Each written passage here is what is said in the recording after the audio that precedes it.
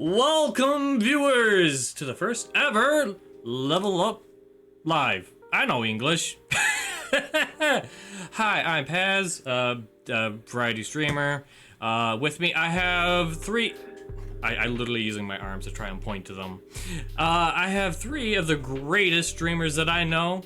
Above me, I have the wonderful Mafidella. Would you like to introduce yourself, Mafi? Hi, I'm Mafi. I'm the Space Queen, as you may know me already, or may not. And yeah, I hate it here.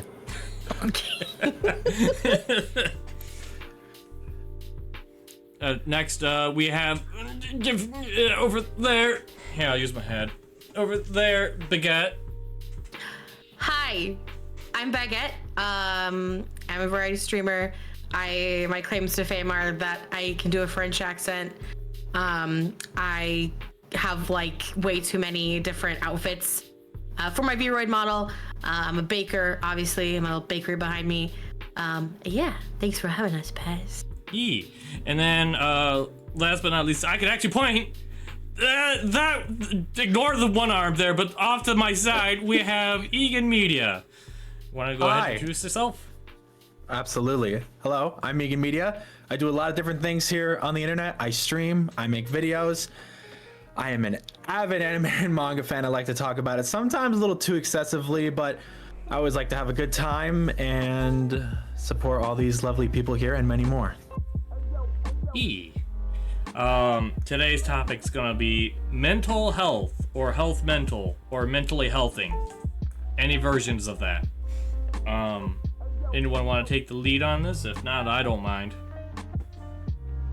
No? I'll jump in, Paz, All right. and I'll just say that mental health is a topic that's, especially when it comes to content creation and mental health together, right? I think it's a topic that a lot of streamers are very passionate about. A lot of people who are creating content, especially full-time content creators, it's something that we all struggle with. It's something that is important if you want to get into the world of content creation to be very mindful of, because it's something to easily neglect. So yeah, we're gonna cover that topic today, and I think that we've got a really good group of people here, because I think we can all say that we've all had times where we've had to balance our mental health with our content creation. So I think it'll be a really good conversation, hopefully to kind of illuminate some ways that you viewers as content creators can focus on your mental health and balance it with your content journey. But Egan is our guest of honor for today. So Egan, do you want to talk a little bit about kind of you don't have to like go onto your mental health journey, but like your content creation journey as a whole, so we can get to know you, kind of how long you've been around, what you've done, maybe kind of go over just a summary of all the different things you've done on the internet? Yeah, of course. Gosh. I mean, for as long as I can, I'm not going to go that far back, or I'm not going to go that far into detail as that far back, but as long as I can remember, I've always been on YouTube making little videos, filming little skits and stuff like that, but I didn't really start doing anything legit until 3 years ago in March, I believe, if I remember correctly. I believe it's March 13th, I'm not 100% sure, but I started streaming on YouTube because there was somebody that I grew up watching, and I just absolutely loved how they had a whole community in their chat, and I loved being a part of that, and I thought it would be so cool if I could do this myself. And eventually made my way over to Twitch and continued streaming there, met so many amazing, lovely people, like everybody here and many, many more. And then around, it might have been 2022, I started making YouTube videos back on YouTube, and I've been trying my best to consistently do that ever since, and I've been doing pretty good this year for that. And I mean, now we're here honestly. I'll say one thing I've always, when I've looked at you as a creator, Egan, one thing I've always been just flabbergasted by is your ability to produce various types of content for various platforms. I'm a Twitch only baby. I barely post on Twitter. You do art, you do video editing for YouTube, you stream on Twitch, you have done voice acting stuff as well. So how do you balance all of those things to prevent burning out? Because that's like the main reason I can never bring myself to do stuff for other platforms. Well, what I do to kind of keep myself from burning out from managing all of these things is I try to get in a cycle of doing one more than the other a little bit. For the simplest explanation, I like to separate time I spend making YouTube stuff and then time I spend streaming on Twitch in a nicely split evenly path. So for some months, or maybe just a month, I will be more focused on making YouTube stuff, and then for the next month I could be primarily just streaming stuff on Twitch. As of recently, I've been doing more stuff on Twitch, playing or doing a bunch of different things on stream. But I remember for maybe like 3 or 2 months ago, I was just going wham, wham, wham, wham with videos, and I just spent so much time just grinding those out. And when it comes to YouTube and how I manage all that stuff, I do my best to not talk about the same kind of topic, for lack of better words. I do my best to speak about different topics in the same areas that I am familiar with, but space them out evenly. So the two most things you're going to see me talk about is probably Pokemon or something anime related. For example, I made a video talking about a Pokemon video game, and then the very next video was me talking about some anime opening that had just come out and was going rapid all around the internet. And when it comes to streaming, it really just is kind of what I'm feeling, because I believe that's what works best. I think if you try to force yourself to do something that you're not really feeling in the moment, it's gonna come off and it's gonna be apparent in the stream. So whether it's me playing a video game, or whether I'm doing an art stream, or whether I'm just reading manga, it's all dependent on, I wake up in the morning and I'm like, am I feeling this? No. Or yes, or whatever else the thought process may be. Maybe schedule something for a later date, or just go for it. That's super interesting that you bring up like variety of topics. Do you think that having that variety is like a way to keep from burning out? Just like, again, like keeping it the things you're interested in the moment, and not being wedged into a niche forever. Absolutely. No, yeah, absolutely. Because the two niches that I really do fall under, let's start with YouTube. The two niches that I really do fall under are constantly evolving niches that are always changing.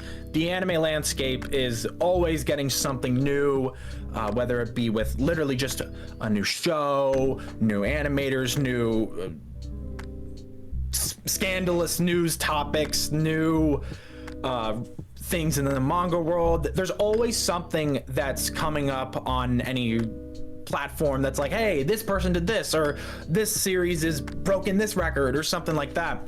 And when it comes to Pokemon, they do a pretty good job of keeping those gears really well rounded and continuously going, so that there's always something to talk about, whether it be something of old and they maybe hint at something from back then in a newer product, or whether they or it could just be something that they just randomly decide to tweet about and sends people into a frenzy of like, what does this mean? But they did this on this day, and if we trace it back like 15 years ago, that's when this one came out, and all that kind of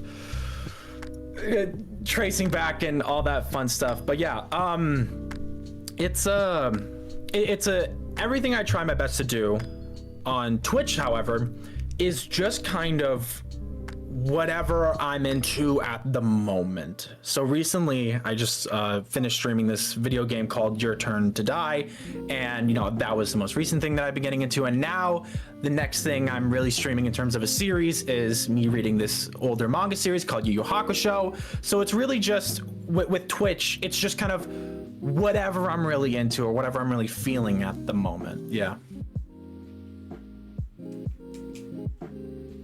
It's interesting because it makes me think of, I didn't even think about this in terms of relating that kind of way of operating back to mental health. How many times I've seen content creators on social media talking about getting bored or feeling like they can't be successful outside of their niche that they started with or they got big with, and the mental health impacts of that as well. I know, like, sometimes there are certain things that, our audiences really enjoy, and it can feel really like there's a lot of pressure, right, to continue to do those things. But if those things aren't bringing you joy, it's ultimately going to impact your mental health as a content creator, because, that can fuel things like imposter syndrome, feeling like, oh, if I don't do this one thing, I'm not going to be successful. It can fuel you to just be stressed because then now if something goes wrong on stream, right, you're doing something you're not even really passionate about at that point. And so I think it's really interesting to talk about how even just something as simple as mixing up your content and making sure that it's staying not just relevant for trends or what your audience is looking for, but also relevant for you, can really have an impact on your mental health as a creator. I know that happened with me with Elden Ring for a little while. There were like my last couple Elden Ring streams that I did, I was kind of like, oh man, I think I need a break. Like, I thought I would never go back to it, but I was like, I think I need to do something different. And that had nothing to do with drinking on Tuesday evenings before work or anything. It wasn't hurting me at all. That helped, if anything. Oh yeah, no, exactly. But like Paz, Mafia, I'm sure you guys have, there's been something that you guys have gone through with that too, like a game you abandoned mid-game or a concept you didn't go through with, like, that could have been a mental health decision. Yeah, no, for example, when I did my playthrough of Sabotage Sunday with Pokemon, it got to the point where it's just like, I was so bored of Pokemon. And I just was like, if chat wipes out this entire team, we're gonna call it here. And of course they did. And I'm just like, all right, cool, next game. Yeah, and was that a Nuzlocke too, Paz? Yeah, that was the Nuzlocke, yeah. Dude, Nuzlocks are brutal. I feel like if there's one thing that could like negatively affect your mental health, it's a really brutal Nuzlocke. Oh yeah, that's what happened, because like it was Pokemon Uranium I was playing the Nuzlocke on, and then there was like one point where like a trainer walks up to you, is like, oh yeah, such and such catastrophe has happened. Don't worry, I'll help you out. And then he midway abandons you, and then you got to fight a Gyarados that's way above your level by yourself, and that's like, I lost the key member of my team. I was like, yep, and there goes all my drive. There goes any passion I had about this project. What about you, Mafi? If this ever happened to you as a creator? I think recently, probably, I think there's obviously some IRL factors that kind of kill my momentum sometime, but yeah. The last series, I like to call it a series because I usually just play a game from start to finish kind of thing, and get to experience that with chat for the first time. A lot, like, I guess the point of a lot of the games that I play is I grew up not really being able to afford games, or like I'd have to ask for like one a year. So now that I'm like finally getting around to them, like, great. But then there was this one game where I'm like, I had a good time the first time, let me try again in this new format. And it was like Paper Mario Origami King. I loved it the first time, beautiful game, but just because of that lack of like first time factor, nothing was a shock. It was just kind of, this is just how it is, like there's no surprises or anything of that sort. And when you lose that kind of mojo and drive to continue that game, and you like, whether you are just kind of like miserably sucking at it at the moment, or like the game kind of just like throws you a curveball where you don't want to go through that again, or you like it's like a part of the game that's just make or break for you. Sometimes it's just as important to kind of just call it quits. And I think I could actually throw it back at Egan. I know that Yeah. you had a particular series in the name of Okami where you started to kind of have a different approach to the games that you played. You absolutely read my mind with that. No, yeah, I don't remember how long ago it was, but yeah, I was playing Okami pretty regularly because throughout the years I had been streaming, I had, you know, heard plenty of people be like, "Oh my God, Egan, you should play Okami. You should play Okami. It's totally up your alley. You know, it's all this like, oh, it's such a treasure trove of a video game." And then, you know, I got it and I was playing it. I'm like, no, yeah, this is fun. I like this mechanic. It's nice. It's interesting. And then like, I don't know if it's the game, but it does a really, I don't know if it's a game or if it's me, but it does a really good job at making me feel like the game could have ended here.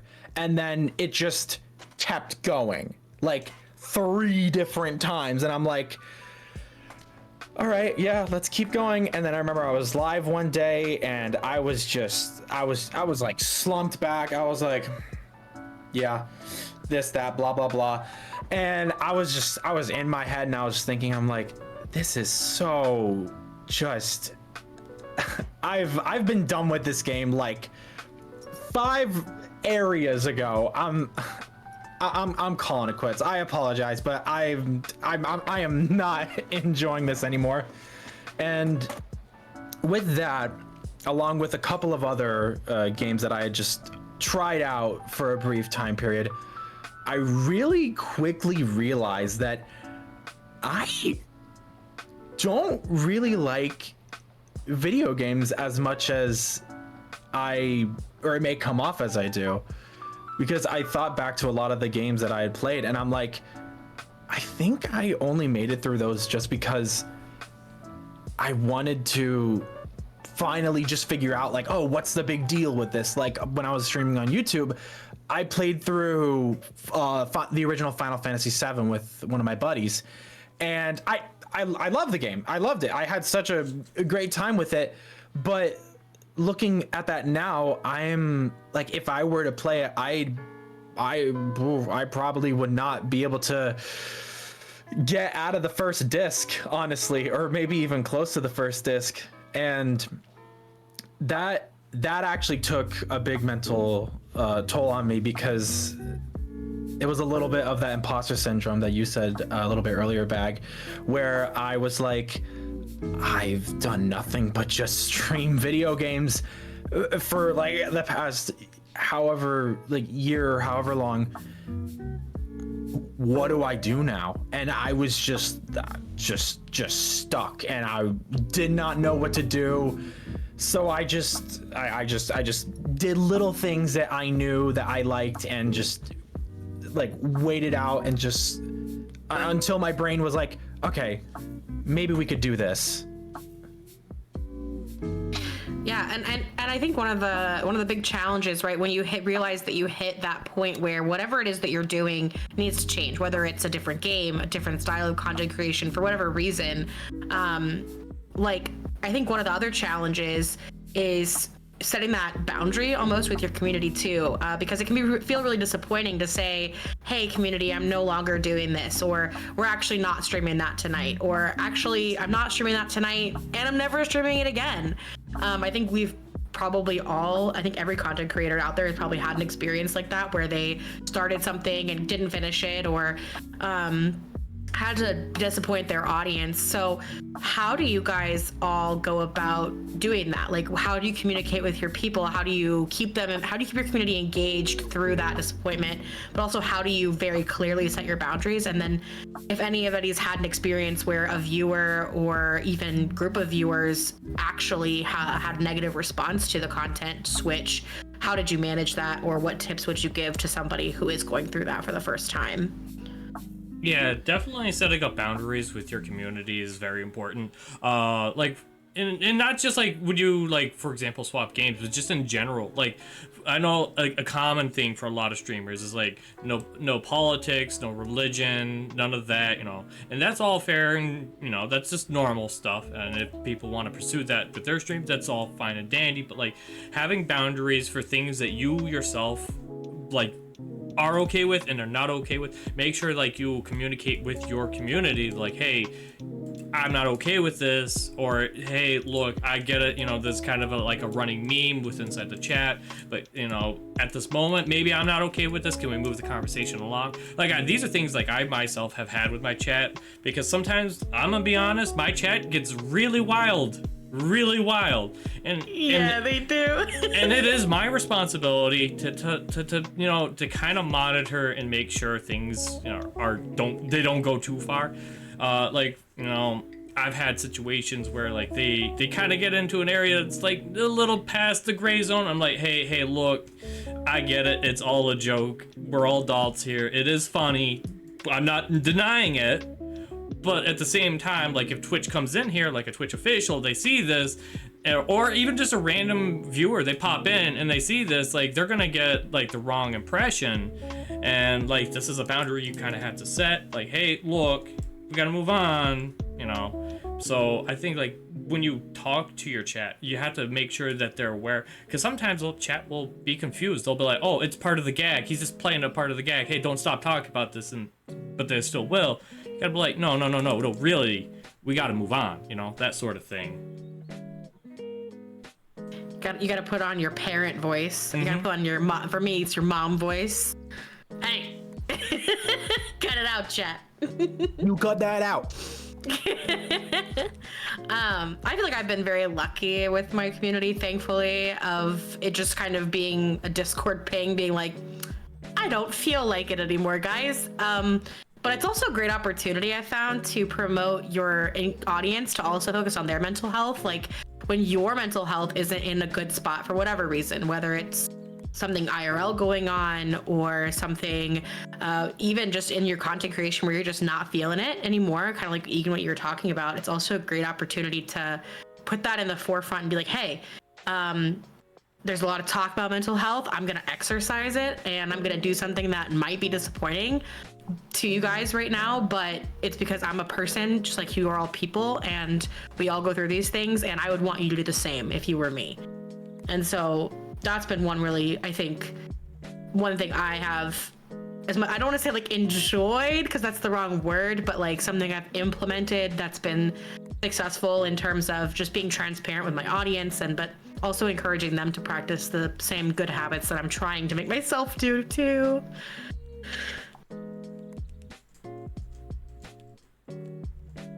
No, yeah, absolutely. It's a really weird, like, what do I do area when you do first encounter that, like, oh, I don't like doing this anymore. How do I, what, no, it's like, you really got to find your way, or because for some people it is as easy as just sending in at everyone and just being like, hey guys, I'm done, I don't like it. Not my thing anymore. But you know, for some other people, some people are really kind, and it's gonna happen, and it's gonna be a situation of like, you're just gonna feel bad. But at the end of the day, you just gotta sit there and you gotta look at yourself and look at the you that was not enjoying what they were just doing, and realize that you can totally avoid putting yourself back in that situation. You just put your foot down and you just stop. I think also one thing that helps kind of prevent that is setting boundaries with your community in the first place and being clear about those. Because if the first boundary that you're setting is after you burn out, right? So let's say you're going along, you're chugging along, you're not setting any boundaries for yourself, you're streaming, 7 days a week for 6 hours every single day, and then you're spending the rest of your time editing and grinding, and you're doing things that you don't like because chat likes it, that's where the views are, and you're focused solely on that, and you're not factoring your mental health in or setting those boundaries when you go to set your boundary for the first time, because it's going to happen. There's going to be a situation that's going to come up that it's going to become too much, whether that's a mental health situation or a parasocial situation. I mean, I feel like as content creators, these things happen, right? Yeah, it's absolutely. almost more of a shock to your audience too. Whereas if you go into it with very much a, transparency. I hate to use the corporate buzzword lingo, but like transparency about what your boundaries are, right? Like, how you engage with your audience in the first place, whether you do or do not accept DMs, whether you do or do not get into VCs, and what that kind of content is when you're in those VCs, and you start setting those early, then when the at everyone comes out and it says, hey, I'm putting my mental health first, I'm deciding not to continue this game, deciding to not stream tonight, or this project I was working on is canceled, it's less of a shock because it's just part of something that they should already be aware of as members of your community that you're going to do. I don't know if that made sense. No, it definitely does. Yeah, you put that well together. Yeah. Yeah. I mean, that's kind of my thoughts anyway. But yeah. I think another, or it could be, I guess, more supplementary to like this approach of like establishing batteries and such, but also kind of just the normalization of you dropping games when you're really not feeling it. I think it can go hand in hand in terms of like just not being afraid to be like, hey, you know what?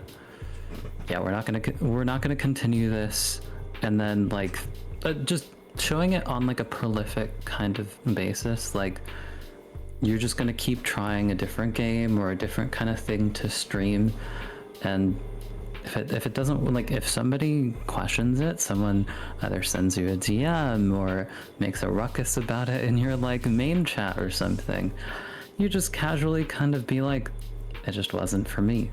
Like sometimes it just doesn't even need an announcement. I guess like sometimes the people that really do care, like about like, sometimes it just comes from like people that are really obsessed with a particular game, like they've been really trying to get you into this particular game, just kind of not shying away from that confrontation of, I gave it a go, wasn't for me. Yeah, some things are not for everybody, Absolutely. And no video game or metric is worth your mental health.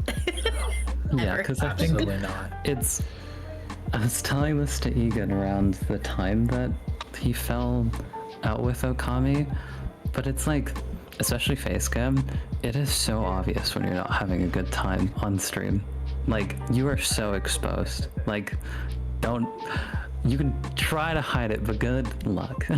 Yeah, you were absolutely spot on with that one, because yeah, that is something that I'm always thinking about, but because I'm sure there are plenty of times on stream where I'm just like, or even like I'm off camera a little bit, or I'm just lounging and I look over, I'm like, oh crap, I gotta fix myself. But no, yeah, whenever I kind of do get maybe a little antsy or nervous, or maybe a little ticked off, I'm like, I know that this is visible on camera, and I'm in my mindset is just, I'm either gonna make it apparent, and so that people get the clue, like, hey, I'm kind of not having this right now, like, as on top of me just being like, hey, no, so that like there's that extra layer of like, come on, or I'll just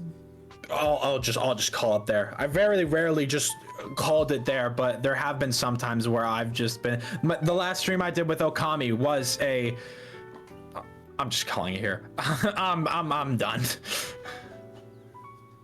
Yeah, I think I was in a stream. It was not too long after we met, and you had to call it. I don't remember exactly why. Something had happened. I think. No, I remember it was a nasty comment on one of your shorts that you had put out or something, and I remember you getting really upset about that. Yeah. And like that's a whole other thing with YouTube and even Twitch though, in chat, like dealing with hate.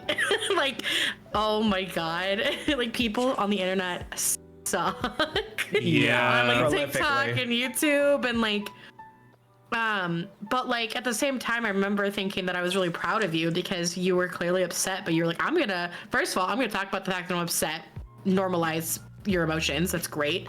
But then second of all, you were like, but now I'm getting too upset, so I'm gonna go be by myself in my feels and not continue this stream, which like is sometimes really hard to do because it can feel very validating to be upset about something in a public setting. Like there is something validating about that, but at the same time, it also just like sucks because it's just like it ramps you up sometimes too. Yeah, your Yeah. audience So- definitely feeds off of what you do Yeah. and how you react to things, for sure. Yeah.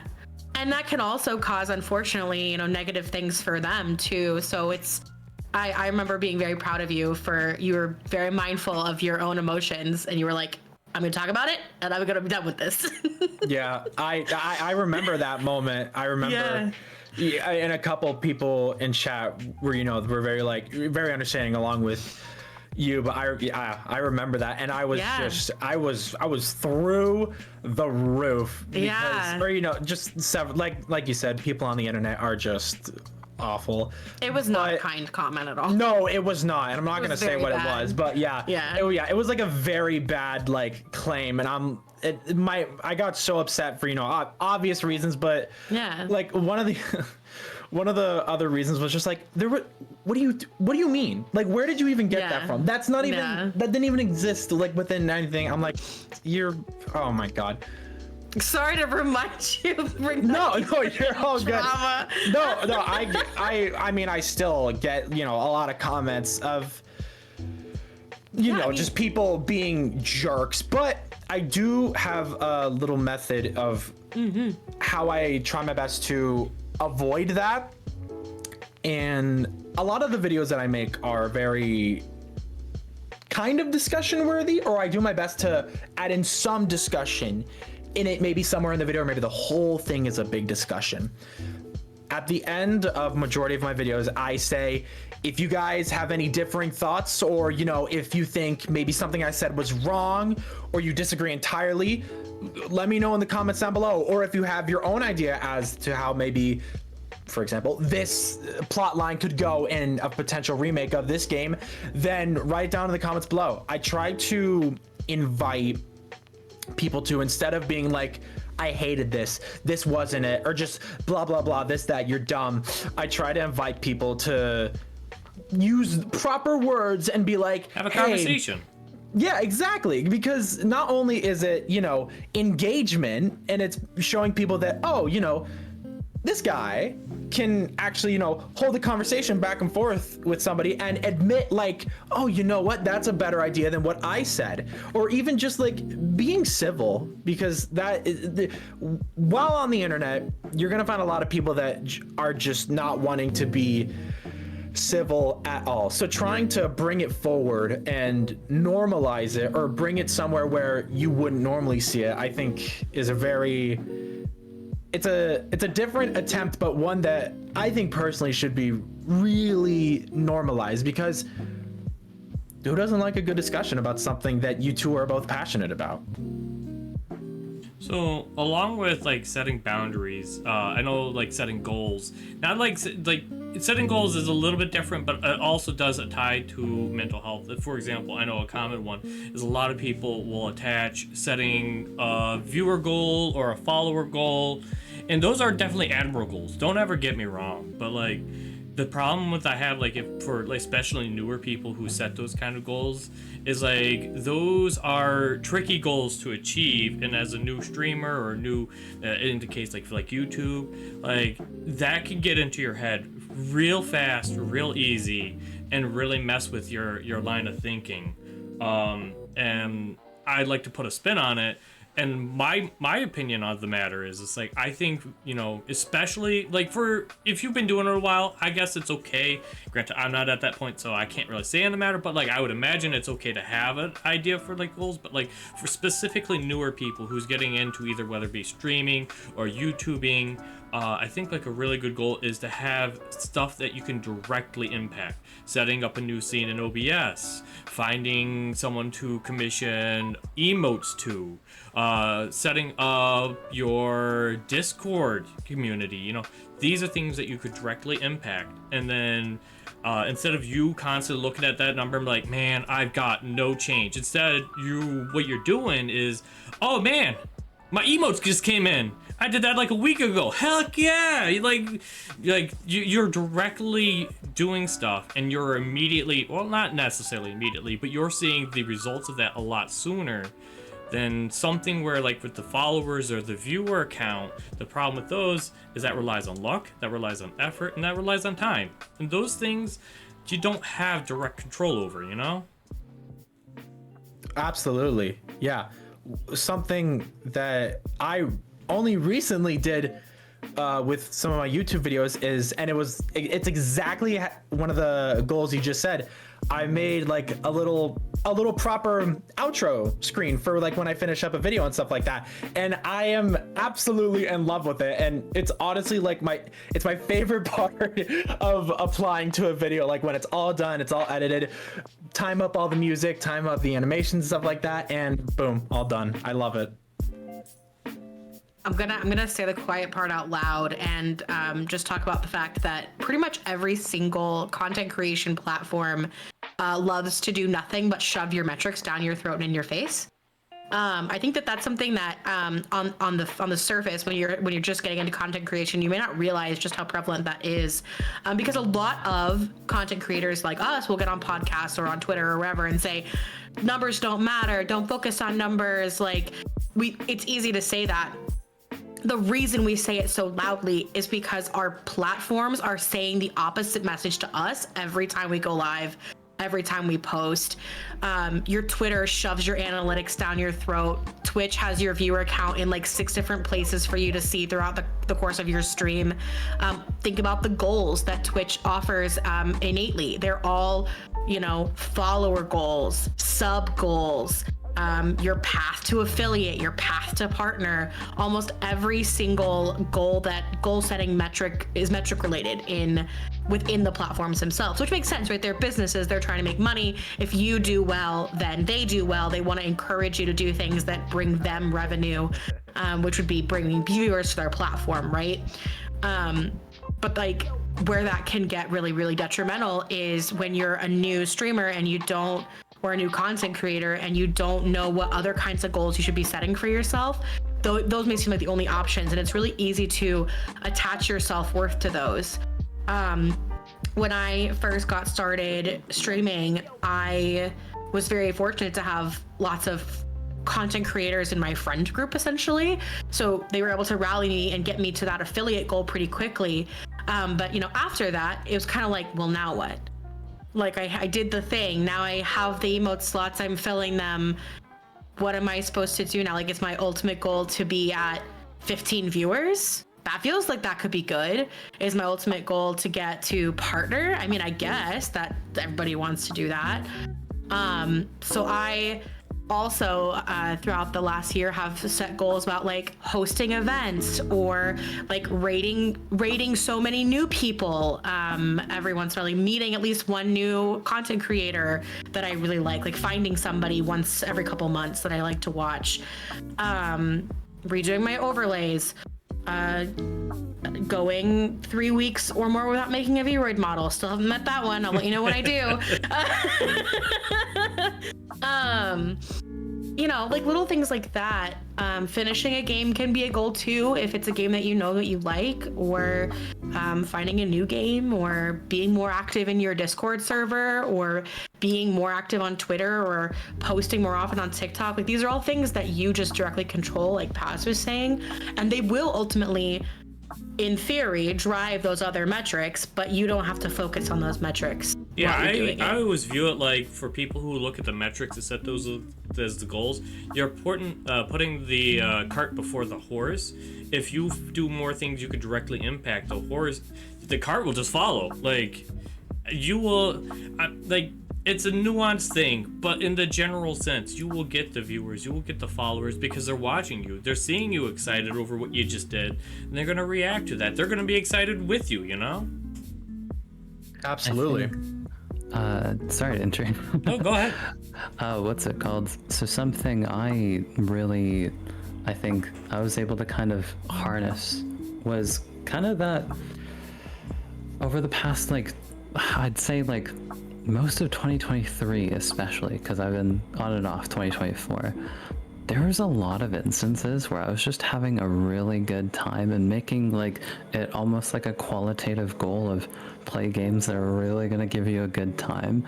And it got so infectious that other people were getting into the stuff that I was playing.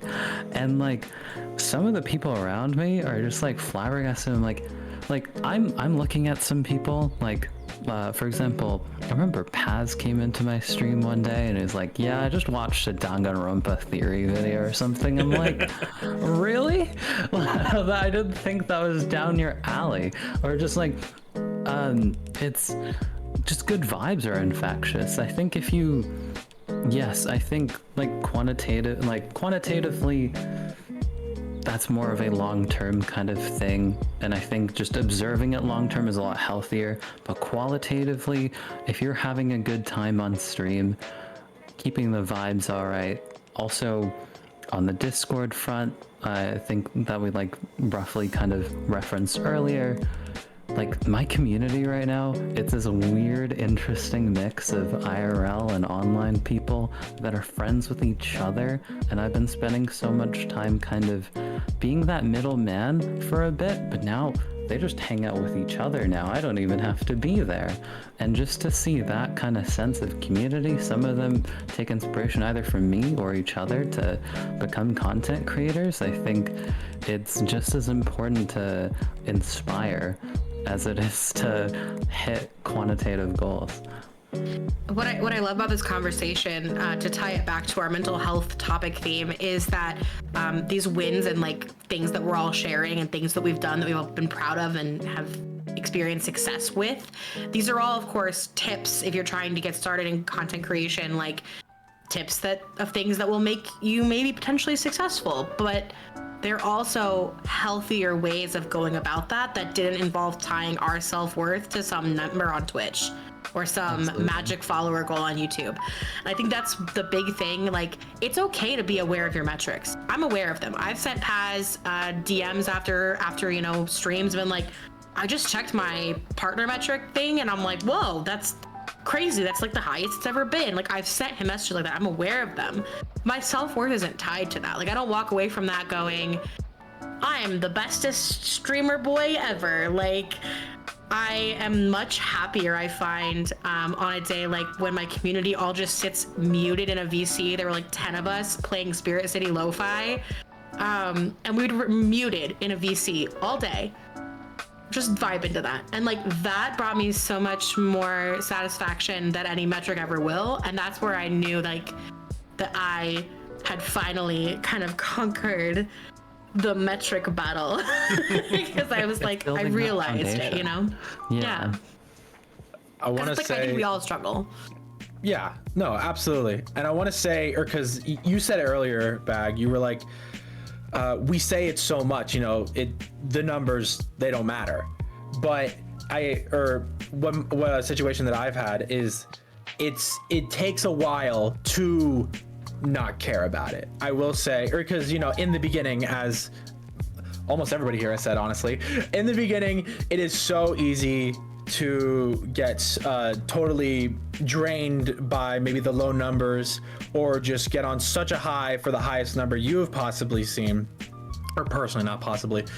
And it's so easy just to get sucked up in that, but it takes time to get to that point where you are just comfortable with whatever viewer count, followers, subs, anything that is a number. It takes, it will take, or it may take a while, or maybe it'll take not at all, preferably not at all, but it all depends on how we are, how our mindsets are. But don't feel bad if it is taking a while.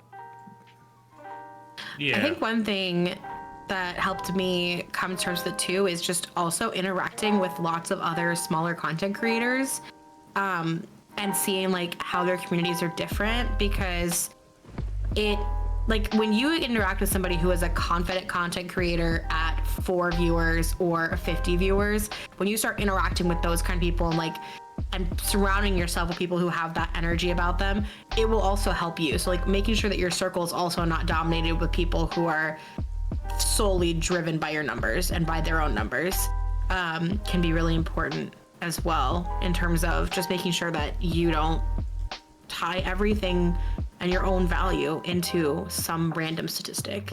Yeah, I think like when it comes to like other content creators, whether it just be like on Twitch or YouTube, like I sharing your community with other people. I'm going to use Twitch as the example because I primarily have being in Twitch. I have knowledge of it. Like sharing your community with other content creators of your like-mindedness in a sense. Is just generally beneficial for like just you and like the other content creator, because like one, your audience member gets to meet someone new, they interact with them, and likewise their audience meets you. And like the CEO, the way they design Twitch is like it's all about, you know, commingling with each other. They literally said that's how you grow. Like you can't solo it, and whether or not you hate it or like it, I mean that's just the nature of the beast. And I think even on YouTube the sense is the same. I can't remember which YouTuber they said it, but like I think it was MatPat actually. Like he was angry with one of the other YouTubers when they made a content that he was doing, and then he came to the realization like after like he made a response to it, like the communities, like his community grew, their community grew, because the communities like got shared amongst each other. And he just like realized like it's not a dog eat dog world out there. You're meant to help each other out and grow together, you know? No, absolutely. And I think I know the exact video or person you're talking about. Yeah, I think I know what you're talking about. Yeah. And going along with like other content creators is like not just like the sharing community aspect of it, but like one thing like I would also tell other people is just like with, you know, some degrees of being self-aware, like don't be afraid to like lean on other people for some help or support. Like if you have questions, like I always tell people, like my other peers within my streaming community is like, look, if you have a question, like whether it be something that I'm knowledgeable about or not, like don't be afraid to ask. The worst that's gonna happen is like I'll tell you like, hey look, I have no knowledge on how to do this, there's not really anything I can provide you for an answer. Or what I personally will like to do is like if I don't know the answer, I think I know someone who might know the answer, or I know a video that has the answer and I can direct you to that, you know? So don't be afraid to lean on your peers for support. And I mean, the worst that happens is you find out they're a butthole, and congratulations, you saved yourself the hassle of like having to figure out whether this person's worth, you know, incorporating it within your sphere of community or whatever have you, you know?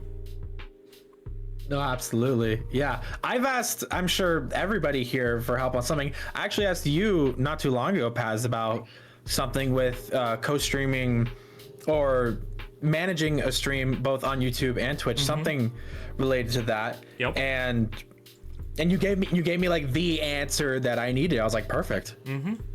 Yeah. I mean, absolutely. I mean, Mafi's helped me tons with stuff. Paz has helped me tons with stuff. Egan, I'm sure we've leaned on each other for creative content advice and things like that as well. Like, your community that you build with other creators can be really helpful in terms of just like ideas and support. But yeah, and like I said, I was kind of getting at earlier, like that's why it's really important also though, in terms of mental health, make sure you're surrounding yourself with people who are good people. Yes. Who are not going to contribute negatively to your mental health, but who are also going to be there for you. It's obviously a balance, right? Like every single, I think most streamers have like a no trauma dumping policy in their communities, right? For good reason, because trauma dumping, whether it's from fellow content creators, your friends IRL, or your viewers, can be a huge taxing thing, not just for you, but for your entire community. But that doesn't mean that support isn't out there, right? Like if I was feeling not confident about something that I wanted to do, right, I can send it to Egan, and I know Egan's gonna hype me up or say, hey, let's fix this or let's fix that. And that goes a long way to boosting your confidence, which goes to kind of improving and maintaining your own mental health. So surrounding yourself with good folks is another thing I think we don't talk enough about in this conversation. Absolutely. I think you like often even just reflect those surroundings, which is why it's just as important. And if you have this weirdly cynical or like just a group that's formed off bad vibes and not suitable for like a fun, friendly streamer sphere, it shows. I think you radiate yeah, like, especially because the people, like, not just your community, but also like the people that you directly interact with IRL and outside of the streaming sphere, making sure that that's also kept in check. Don't be afraid to remove people. It's a little bit scary at first, but once you've ripped off a few bandages, you know how it feels. That goes back to those boundaries. I mean, the boundaries apply on and off stream or in and out of your content creation. For sure. And I know, Mafi, that you're speaking from experience. I think we've all probably also had that moment, right? Where you realize somebody that's around you is not good for you. And it's especially important as a content creator to make sure that you're mindful of that, because it really does affect you. Every psychology class I've ever taken, there has been some conversation about this kind of on topic but off topic, whether or not like mental illness is contagious, because obviously like illnesses, right, like sicknesses are contagious. You can catch them. But in the psychological sphere of discussion, there is not in the same way. There is a link where if you have a bunch of, kind of that toxic environment, or like I like how you said it, Mafi, overly cynical group of people that you're constantly just going to, and like it's like a constant vent or a constant like maybe making fun of people, even out so like catharsis. Like if you have that kind of environment that you're in, it will eventually just become part of who you are. So like being mindful of that as well, super important.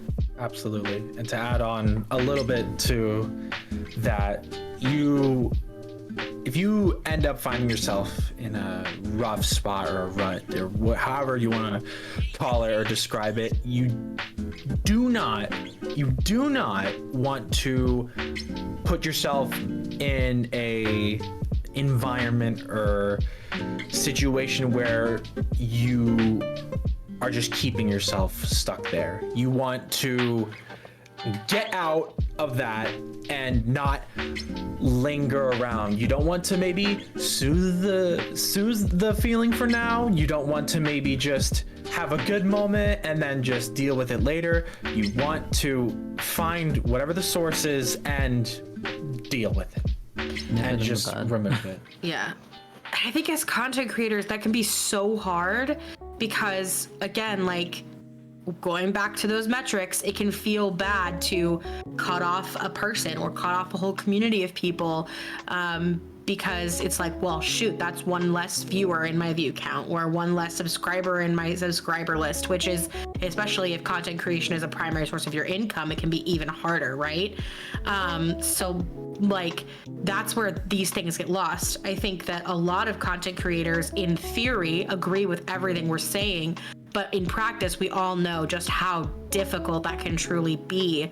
And so it's really important to have conversations like this and normalize that kind of behavior and normalize putting your mental health first, because at the end of the day, there's not going to be anybody to watch if you burn out and have to quit content creation altogether, right? Doesn't matter how many viewers you have today. There's not going to be any viewers for you if you're not able to continue for one reason or another with your creation. Absolutely. And if you ever have to get to that point and you maybe have seen others, maybe really big streamers or just some people in your community, and you're like, you see that they've maybe removed somebody from the situation or the circle, and just without any other knowledge just think, oh wow, that looked easy. It's never easy. It's never easy having to remove somebody that either was maybe super supportive or just the bestest of friend or always there for you. It can happen in the blink of an eye or in the snap of your finger. And unfortunately, somebody that will just have to go bye-bye. It's never easy, no matter how many times you may have to do it, but you do gain the knowledge and the understanding and the feeling that this is what has to be done for my own mental health and for potentially maybe even the mental health of someone else. Yeah, but if I may segue that into something else, then, like, in regards to people, it's one thing cutting out, but, like, how about dealing with issues with technology? Because let's be honest with you, with all of us here, you can remove a person, but, like, technology, you can't, well, you can remove. You can throw your computer out the window, not suggested, but, like, we've all been there, where something we have that we're using just isn't working, or we have to learn something that just isn't, for whatever the reason, we spent like 3 hours trying to learn it and we're not figuring it out. Like, you know, this is very taxing for not just streaming, but just like even just recording videos, you know? Like, just before setting up the stream, or not the stream, stream, this recording here, like, I had to take the time. I got to figure out like the layout, like how I wanted to set this up. You know, that took time out of the day that I had to learn to do. Like, and like, just to give this to the rest of you, it's just like, so how would y'all, you know, deal with issues with the, you know, technology? Does anybody want to go first? Because I can keep going if need be, but I need to make a dirty confession right now. So, scuff, right? We all know the word. We love the word scuff, right? Embrace it. Embrace the scuff. I've been saying embrace the scuff since stream 1.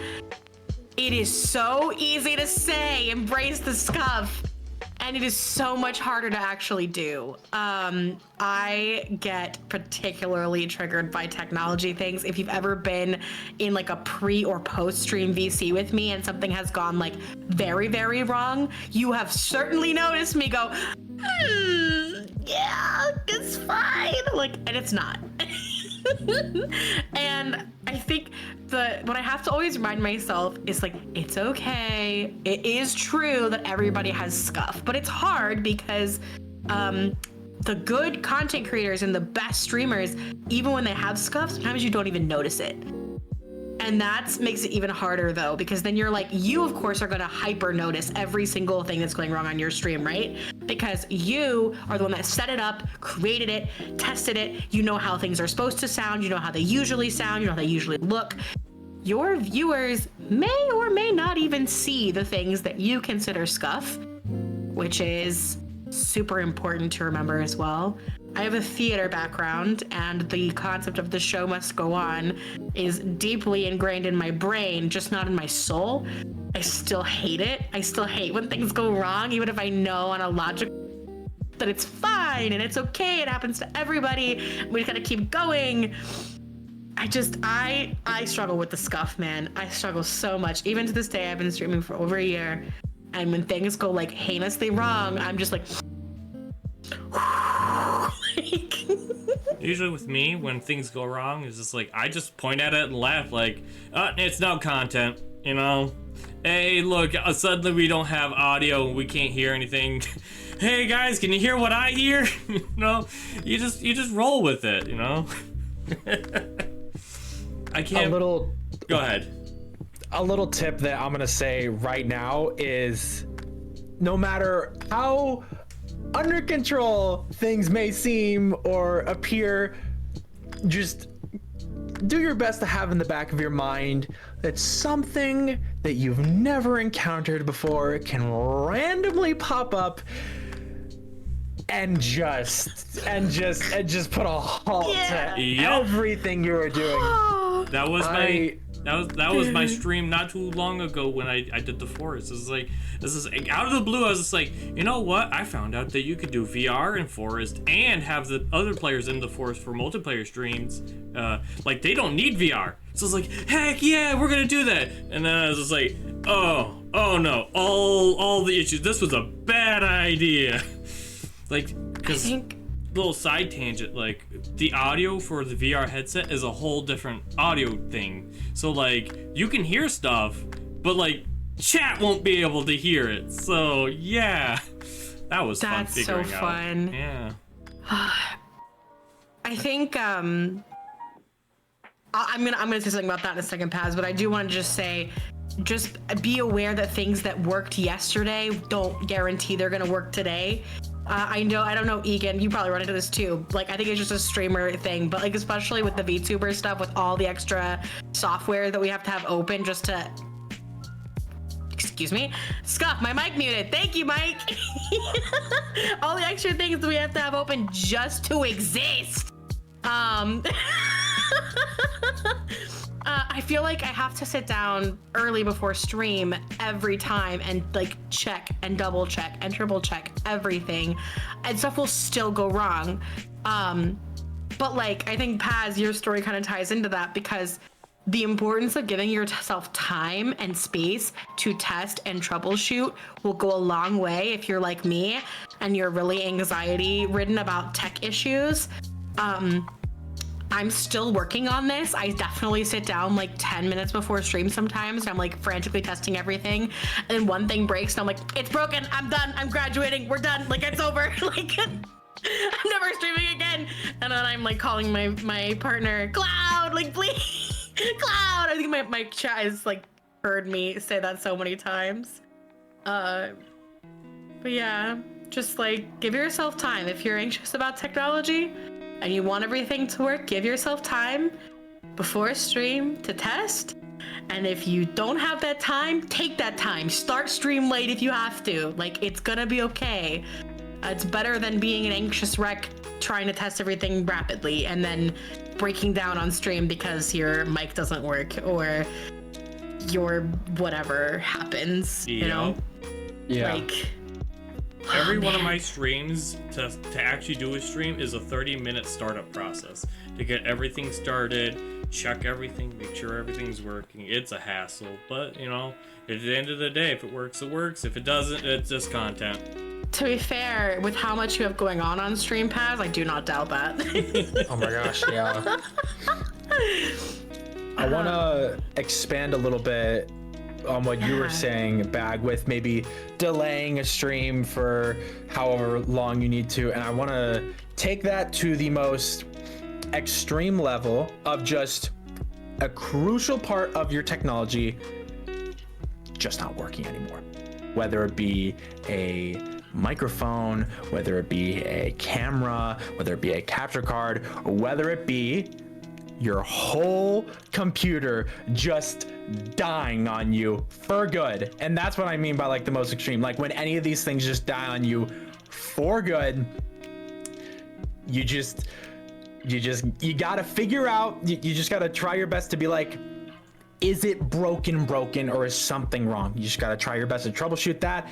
If it's broken, do not, well, okay, it's like, as we said, it's easier said than done, but I promise you, it is okay that things break, and some things will have to be replaced over time. For example, on New Year's last year, my whole computer, the hard drive of it, just broke.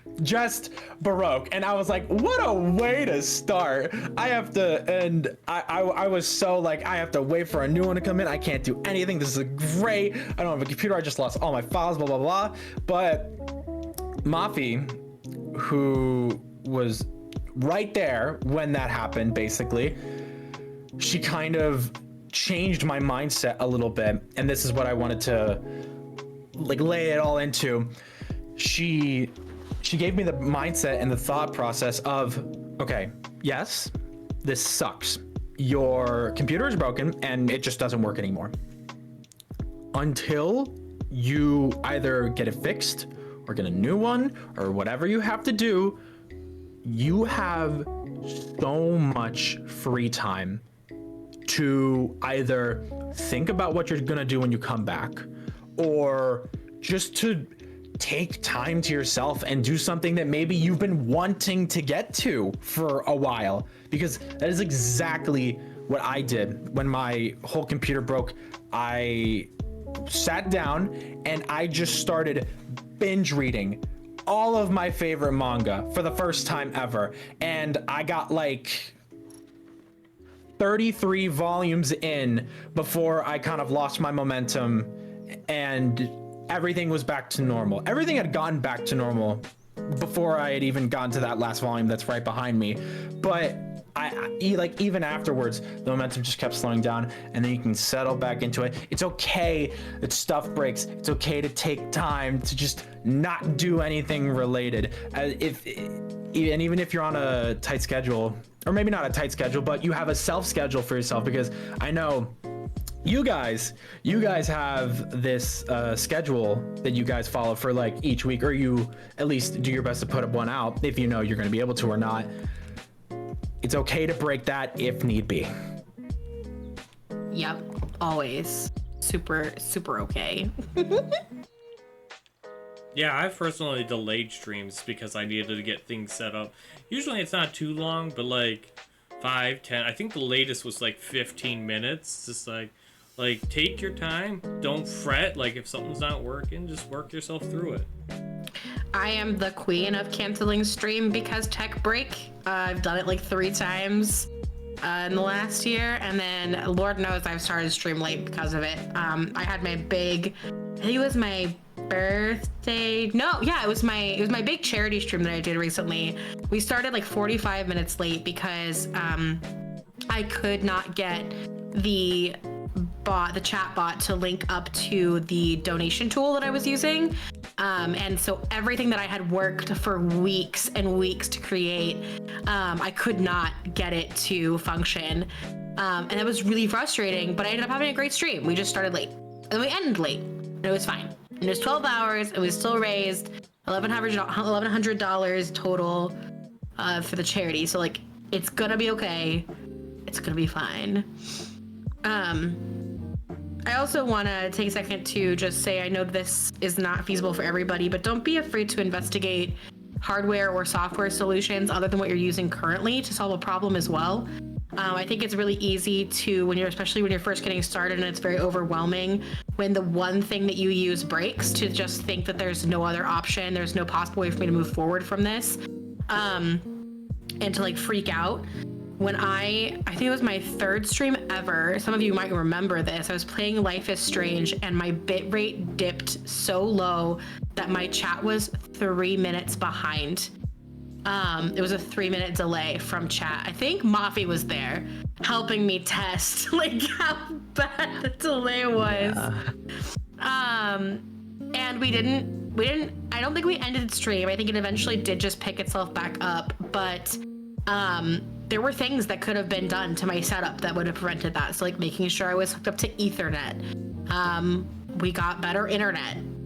We got, eventually when I started having different issues where games crashed my computer when I tried to play them, I got a 2 PC setup. These are things that are very expensive. They're not accessible to everybody, but there are smaller things that can be solved with other ways of thinking things through. So also don't be afraid to like check those out instead of just panicking.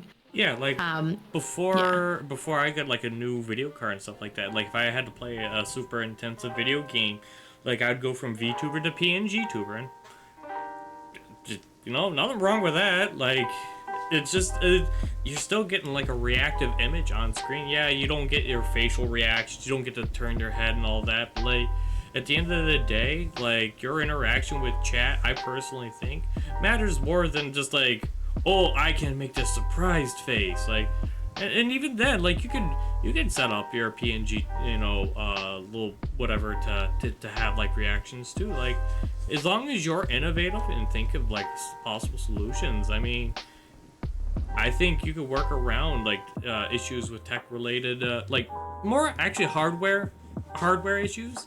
I guess some software issues too, but like you can figure out ways around it. God forbid I'm the king of innovation, figuring things out. Mm-hmm. So we've talked a lot about different things that can cause stress and impact your mental health in the content creation sphere. There's a couple things we haven't talked about though that I want to talk about. Specifically, I want to talk about hiatus. I think that hiatus is something that you see a lot on Twitter. You see it a lot in the communities and in content creation. People taking, I'm taking an indefinite hiatus, or I'm taking a 2-month hiatus. And I think that I want to hope that there isn't stigma around it, but I also know that sometimes there can be, right? Especially from like, how do you come back from a hiatus, or how do you know when it's time to take a hiatus? I've had to take, up to a 2 to 3 week hiatus before for things, and it was something that was really intimidating and scary to do, to think about being away from your community for that long and stopping your content creation altogether. But I knew it was time because I had IRL things that were ramping up to the point that it was just not possible for me to maintain all of the different responsibilities that I had and obligations to my family, to myself, to my partner, to my community. And something I had to give. And for me, the first thing that had to go, unfortunately, was my content creation. So have any of you guys ever been on a hiatus? And if you feel comfortable sharing like how you knew that it was time, how that worked, and then how you came back from that, I think that would be something really valuable to share with newer content creators, because it's gonna come a time where you have to consider it. Even if you don't do it, I think every content creator will have to go through a time where they consider it. Yeah, absolutely. I've been through a nasty hiatus where I did not. It was, and once again, just laying right out first and foremost, nothing wrong with taking a hiatus. Absolutely nothing wrong with taking a hiatus. But no, yeah, I realized that I needed to just stop everything I was doing or just be on break when, I either sit down at my desk ready to stream maybe, or when I'd wake up and the first thing that comes to my mind is just, I said I was gonna stream today. I don't want to stream today.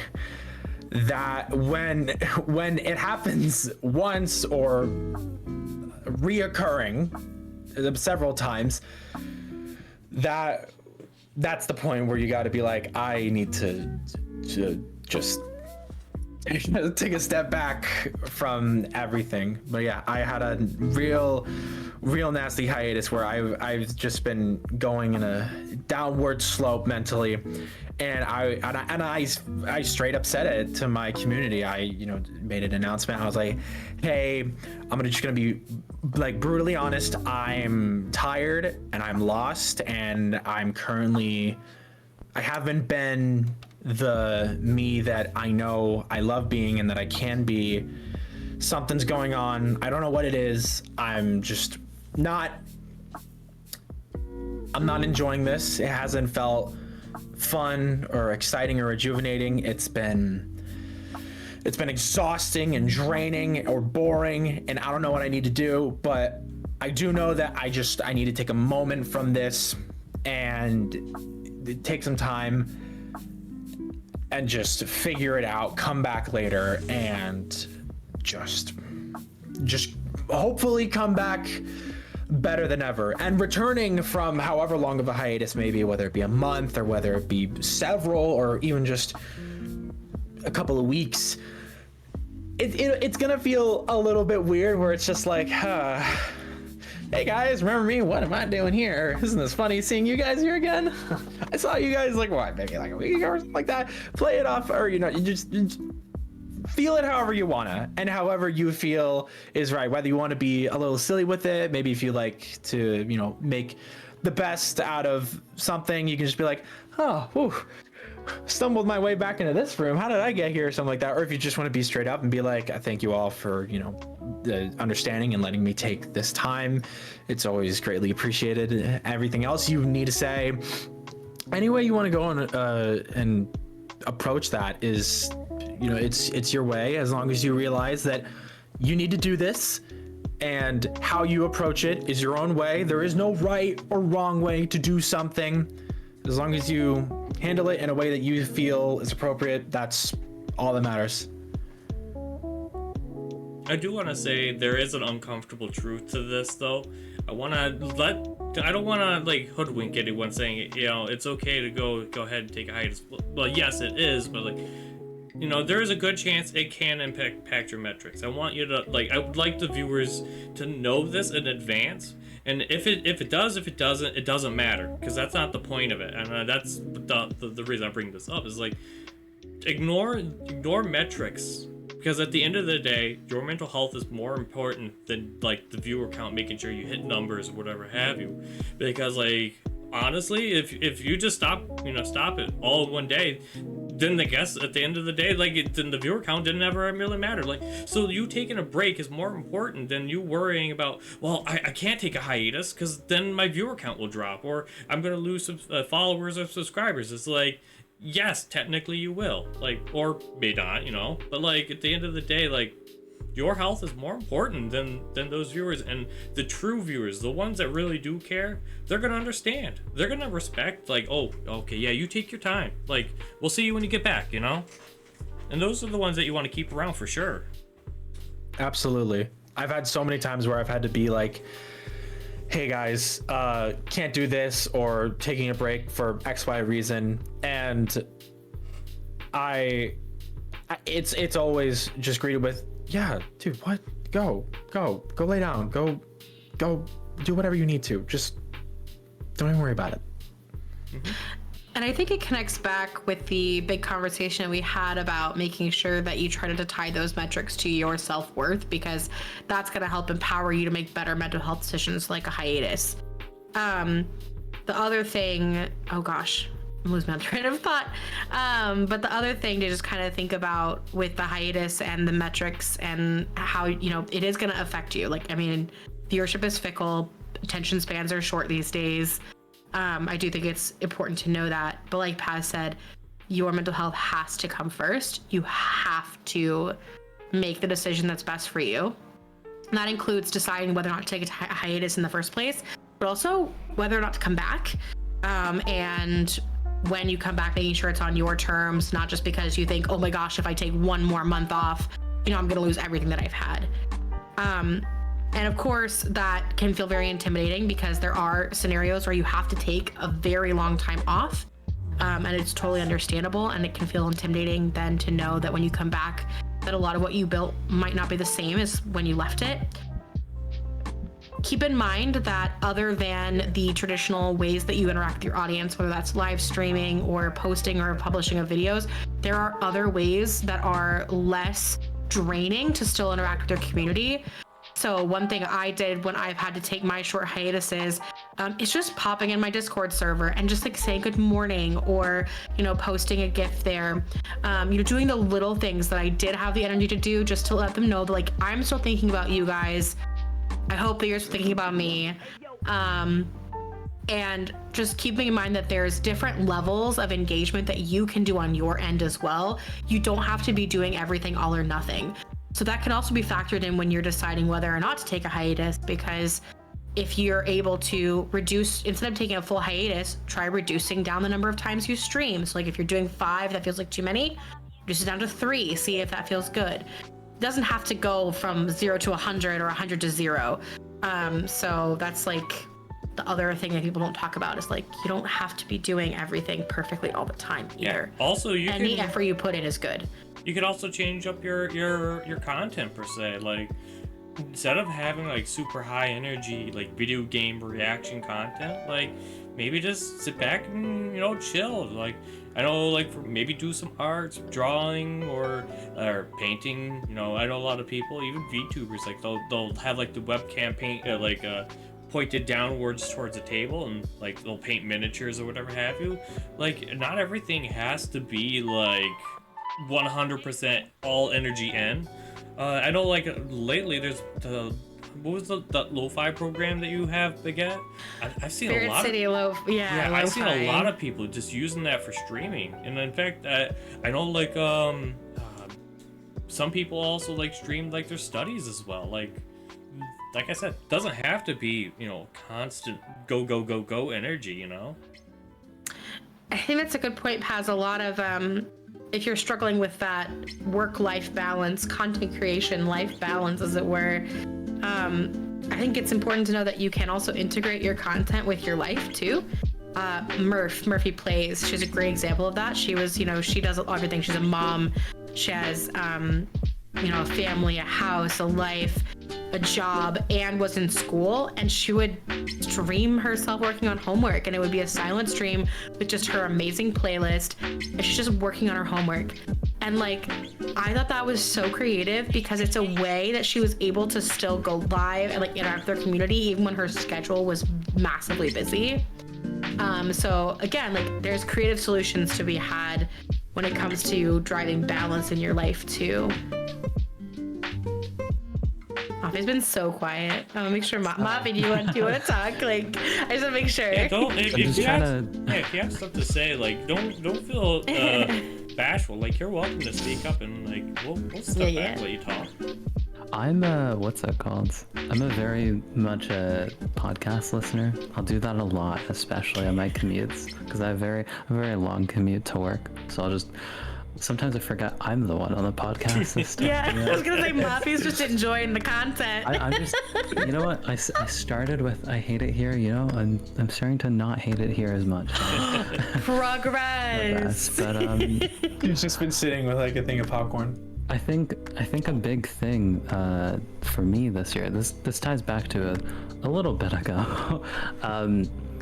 Just that I think while I was out, because I had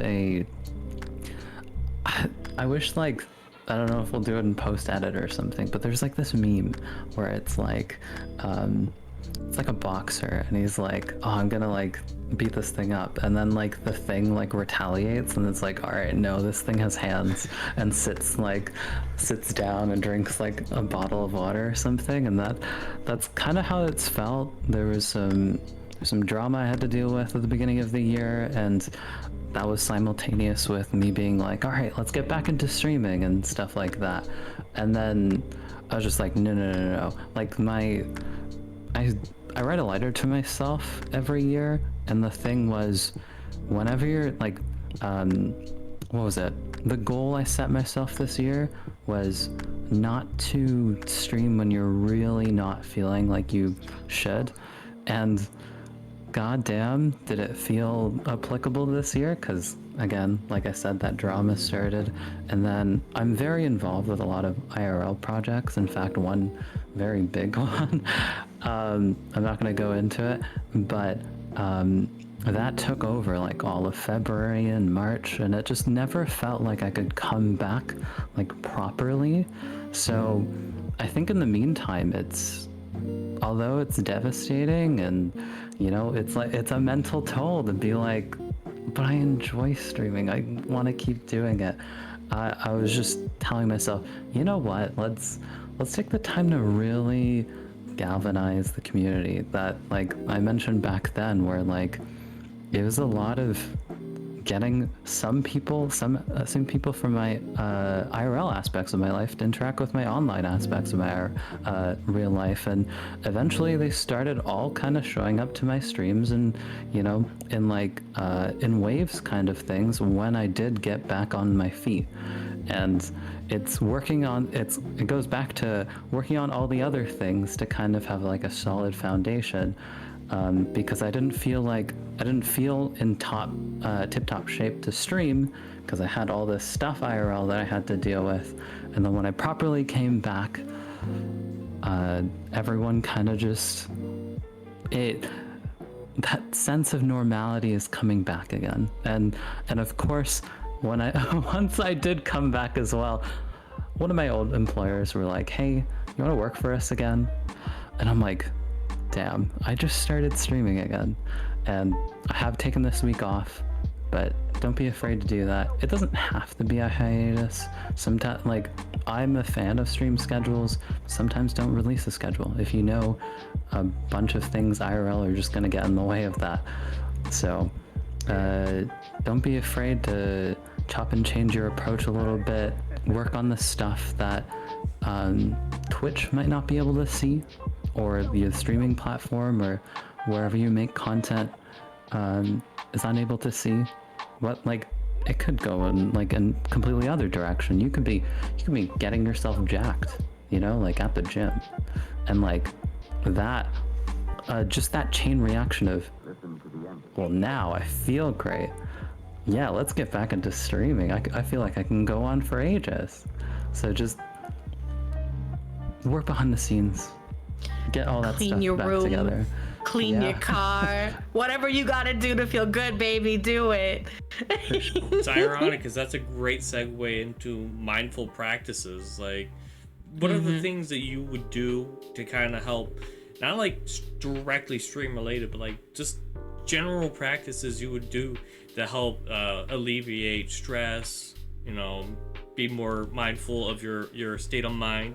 Like for me specifically, like on the days that, you know, I don't work, I do a 30-minute workout. I sit down, I drink a little bit of coffee. I just relax in the morning, pop on other people's streams, give them some bits, and then I'll get right into my normal daily tasks. I know some people, like, they do yoga, they do meditation, or they'll sit down and just listen to music, this is something that's unique to each person. It's not, don't look at one person and goes like, I gotta do workouts, I gotta do yoga, it's unique to everyone, you know? But like, I will say, like, one thing it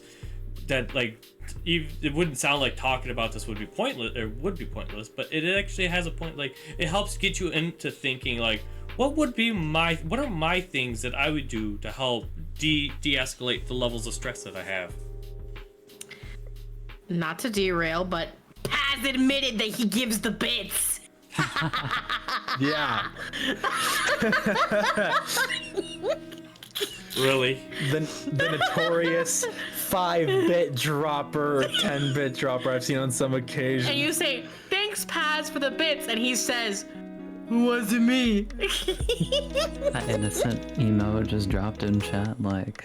Yeah. It's the pug with the tongue Oh out, my like God. Yeah, exactly. Oh my god. I just needed to have that moment where Paz admitted that it's him dropping the bits. I'm like a terrible person to ask this question because streaming is generally my number one de-stress tool, because most of my stress comes from IRL. But I will say cleaning my desk, because I am a cup hoarder. I don't know if you guys are cup hoarders, but I am a cup hoarder. So every time I have a cup, I just leave the cup, and then it gets to a point where there's so many cups on my desk that I'm like, I should remove these cups. And like making sure that my space gets like cleaned up periodically, that always feels very nice and like is stress relieving. Taking nights off to just go like watch TV in the basement with my partner, super stress relieving and nice. Sometimes I've created a couple of spaces in my Discord server that are a little bit more private than others. So like vibing in there with a select group of people instead of opening up my VC to just like everyone and their mothers. That's also a way that I can like still interact with my community, but in a less stressful way, because it's not just like everybody. Messing with Paz and his chat is an excellent stress mitigation tool. I'll just say that. Just go into Paz's chat, create some chaos, drop the mod commands a few places, and make him really upset, and then go on my way. Yeah. You are actively contributing to positive results in my mental health, Paz. No. You say that. But then I counteract that by turning you into Baggy Waggy, so. Yeah, that's a whole other story. We're not gonna talk about that here. Well played. I find myself in this kind of problematic problem-solving kind of rut that does actually, it helps. It almost got like, it derives from something that was a lot more toxic, but I've been able to control it now more so, where with a lot of the scuff that we talked about before with stream, I think anything just not going your way just would embed so much stress into you. And I kind of take the time sometimes on days that I'm not streaming or I don't have a scheduled stream to just be like, does this work? Like, there's obviously that you still have to kind of check out if everything's working just before stream, but making sure that you do those like checks before, like the day before a stream, and being like one, I've been having video camera issues. And what I did was the day before, I just left it on for 3 hours straight. And once it hit the 3-hour mark, the webcam just like died or did something weird, which is also why I'm in PNG, by the way. And it's just observing these little like tests and things and realizing, okay, so this has a tendency to do that. So what do I do? Okay, let's try VC face, because wire though right now is not working. Let's try V9N. Okay, that's not working. I guess it's Fugi time. Oh, the Fugi servers are down. I've never had that problem, but something of that sort happens.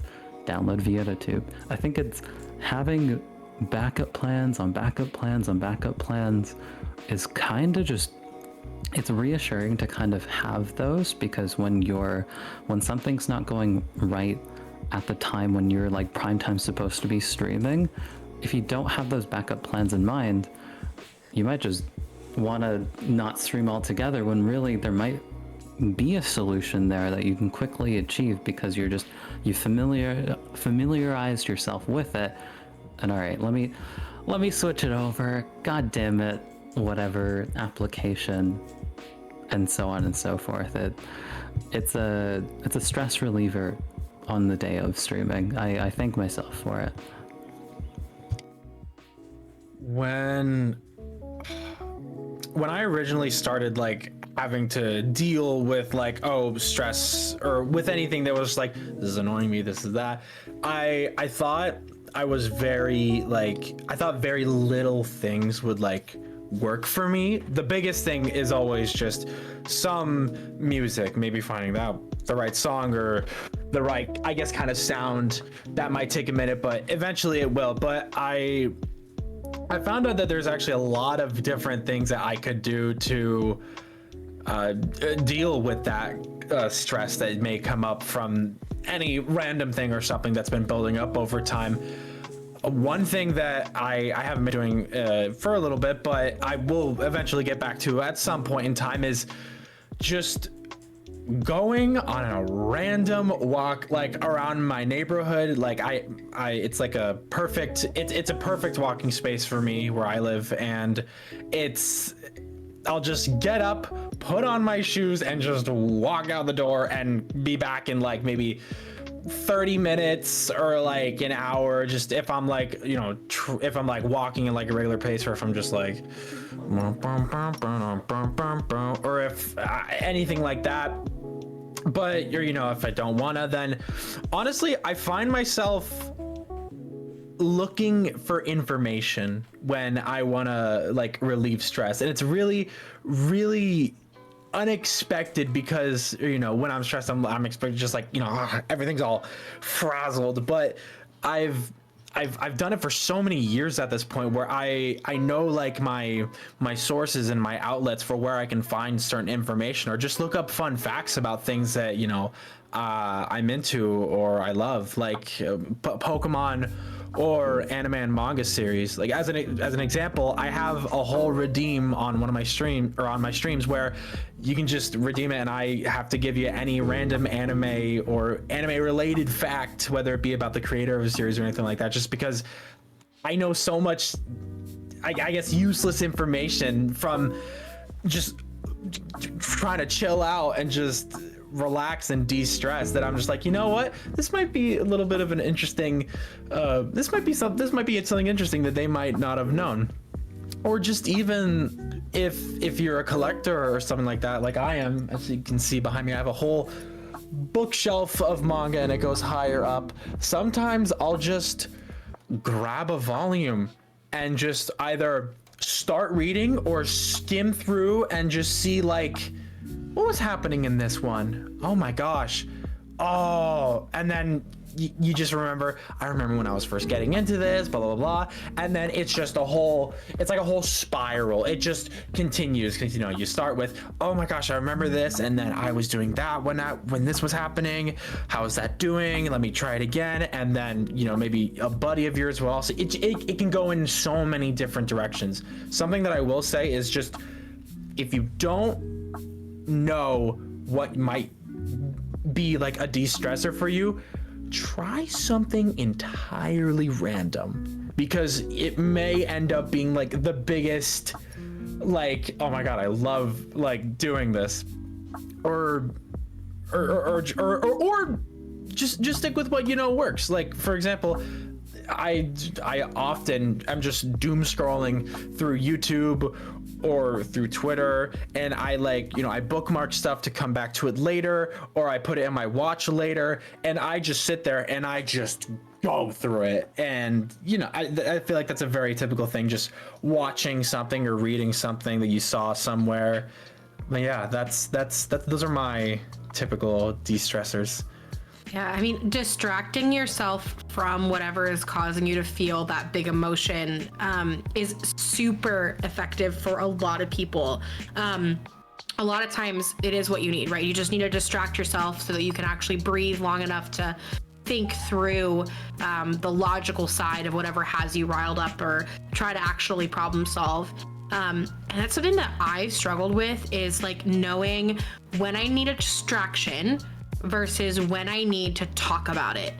And that's something that I actually had to go to therapy to try to get a handle on at one point. And it was like in college, and it was not for very long, but I would recognize that like I had stressors going on in my life, and I wasn't certain if talking about them was helping anymore, but I wasn't sure if I was able to distract myself from my ADHD. So like I hyperfixate on things, and that includes emotions. And so like just know that like when you're looking to de-stress, sometimes a good healthy habit can help with that. A distraction from whatever is going on in the moment can help with that. Talking about it with a trusted friend, a therapist, whoever can help with that. And just knowing like those are all options, and there's not one right or wrong way for an individual person to deal with those things. It's just about finding what works for you. And if you are having trouble doing that, I legitimately can't recommend therapy enough. I had a friend in college who said everybody should go to therapy, and I was like, you know what? I agree. Everyone should. I think we would all benefit from it one way or another. But yeah, that's my little soapbox for mindful practices. Yeah, I'd also suggest like maintain like your relationship with your friends and family. Like if anybody's gonna help you when you're in a dark spot, like it's gonna be those people. They don't want to see you in that kind of like of a mindset. They're gonna do what they can to kind of help you out there. I mean, do be mindful like who you're talking to, because sometimes like I understand like people don't have the best of relationships with their family, but like in that case you should know who you should go to. Like in that case, like talk to them. Like let them be your friends, let them be your family, like let them be there to help you out, And if you really are completely lacking in community and you don't feel like you have a trusted friend or family member, that's what professionals are also there for. Yes. So don't be afraid to reach out to professionals too. I know for some people in some countries and financial situations, that's more or less feasible. But again, your mental health is more important than your financials sometimes too. So just be aware and look for those resources. There's a lot of helplines that are free and things like that. Do not be afraid to leverage those kind of mental health resources as well if you do not have somebody that you think you can go to. So what would we say if we had to seek help? Like, aside from obviously going to like professional resources, like how would you recognize like you're in that moment? Because a lot of people, they don't really realize, hey, maybe I'm not in the right mindset right now. Like they just like, man, they're too focused on, say for example, trying to grow their community or achieve the number, What are some ways that you would say like to be mindful of, No one?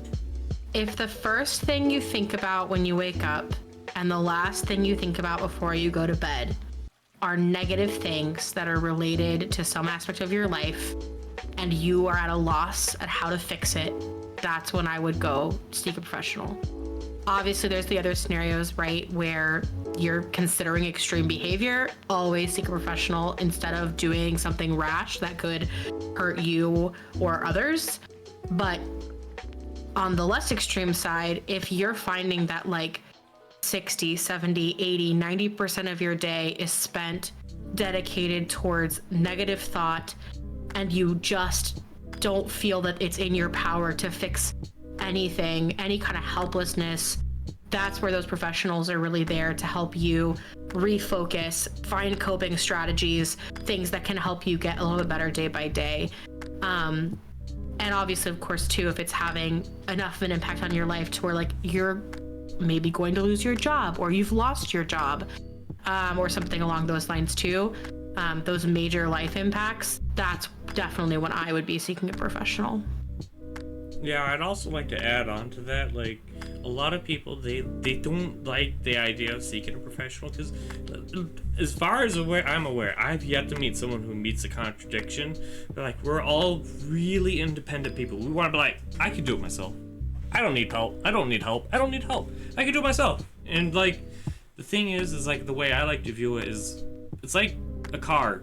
You kind of need a car to get places, and willpower can only get you so far. Like, you can only walk so far before you exhaust yourself. Like, if you want to get to the next city, you should probably get a car.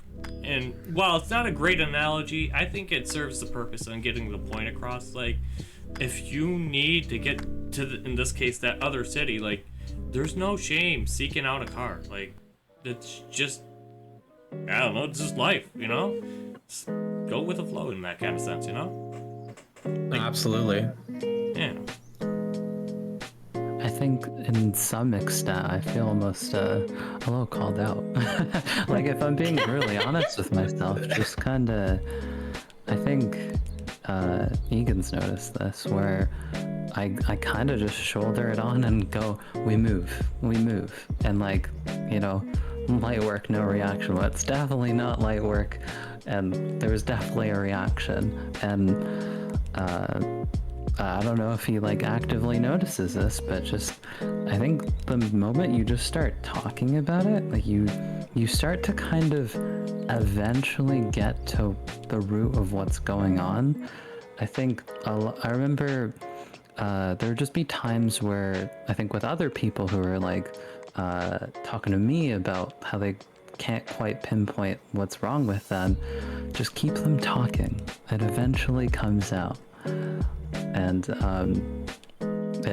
it's applicable to me as well. Even if you don't feel in that exact moment that it is. And that's, I'll be the one to say it as someone who has seen a therapist for things. That's what those kind of professionals really are for, and what they're good at is they help coax it out of you. They help you to boil down and really concentrate on what the underlying issue might be. A lot of emotion is very surface level, and there's usually things that are underneath it that you can kind of examine and deal with. But they're also there to help with coping strategies. So like, some things you just aren't gonna be able to fix. Some symptoms of mental illness like ADHD, they're just always gonna be with you. Maybe you can fix them with medication, but then of course, if you don't take the medication, then you have to have alternative strategies in place, things like that. I choose not to take medication for my ADHD because I didn't like being addicted to baby meth. Which is basically what it is. That's like my personal choice. But that means I've had to adapt a lot of coping mechanisms for it. And I'm not perfect at it. But that's where that therapist or professional can really come in and give you ideas. If anything, they're just a neutral, uninvolved third party who's there for you, to benefit you, your growth, your happiness, your development, and your sanity and your stability. And like, it's just gonna range from person to person, like how much you can handle, right? But just don't ever put yourself in the position where you're just like on the edge all the time, because that's when you need to like either step away from the thing that's causing that, or get some help if you can't step away. You know what I mean?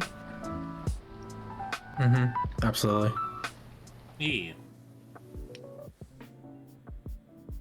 Well, as far as that goes, all of my talking points have been pretty much had, but I can still piggyback off of any other talking points any of you may have. Gosh, we've covered so much today. I mean, I'm just trying to summarize everything we've talked about. Like, I think from a content creation standpoint, step one is to disconnect yourself from your numbers.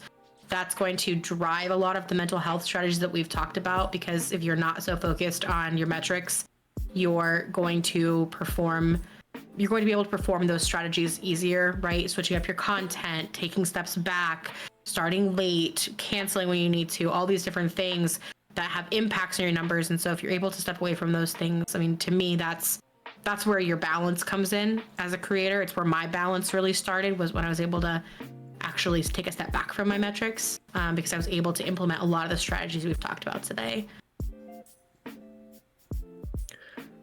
It's not really oh yeah. No, I was just agreeing.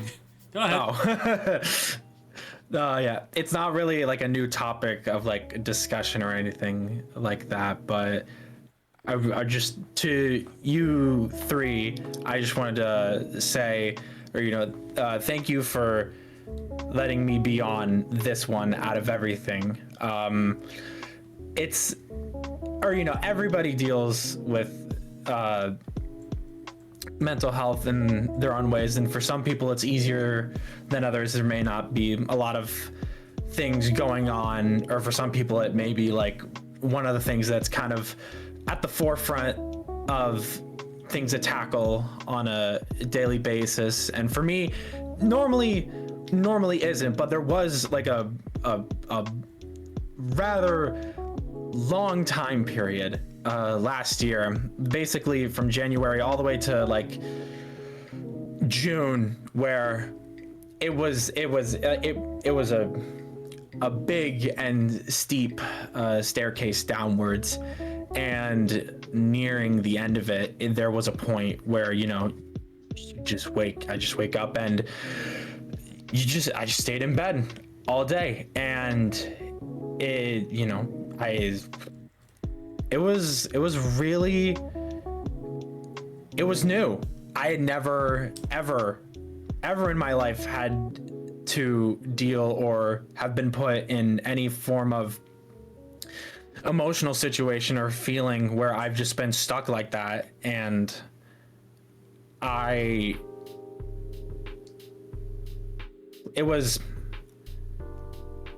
losing the words.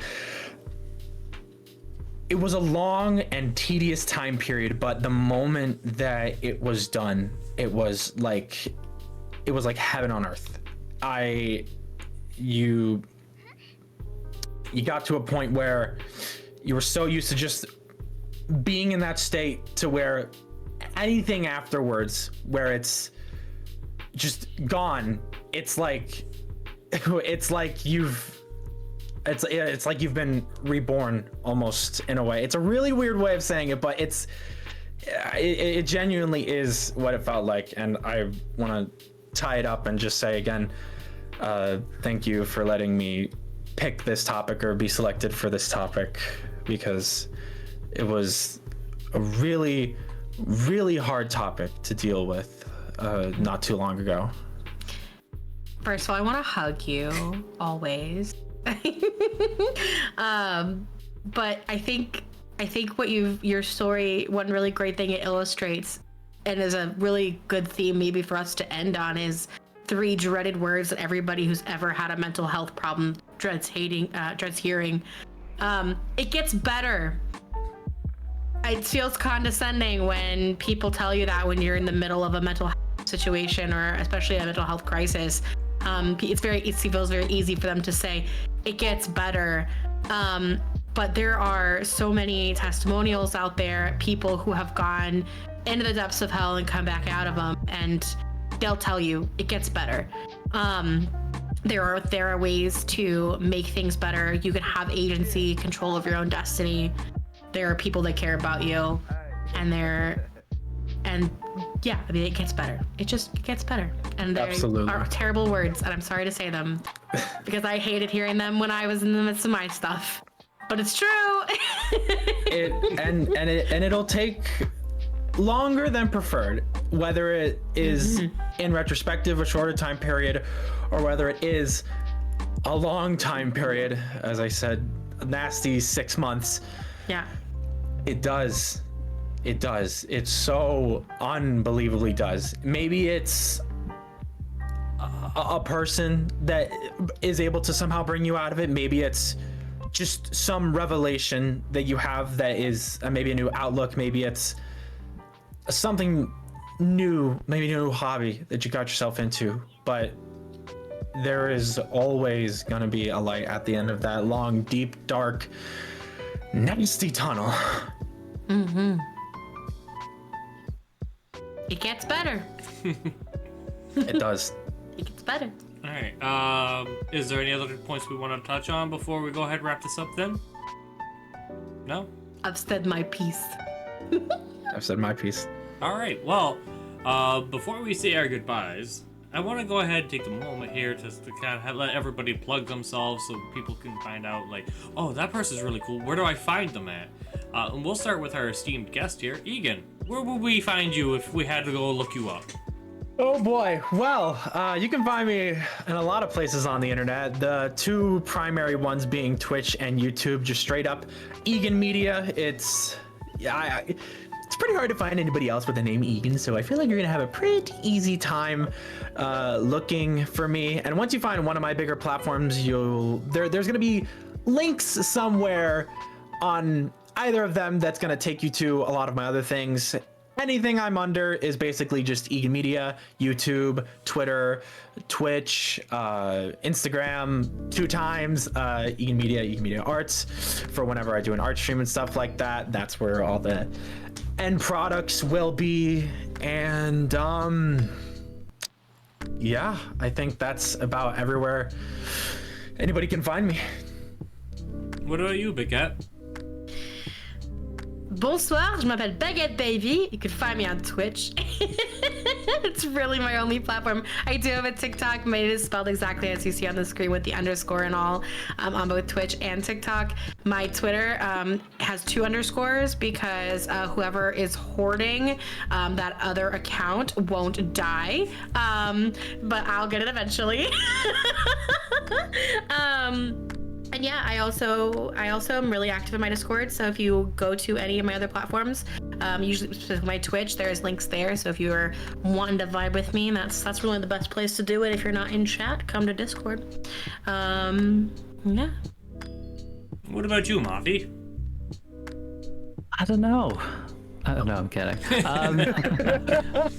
Oh my god. I think like, what? Twitch.tv/ was it Pazuah, was it? No, Mafidella, my bad.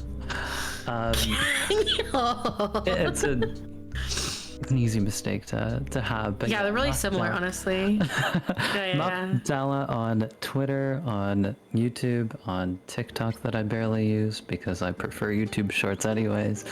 But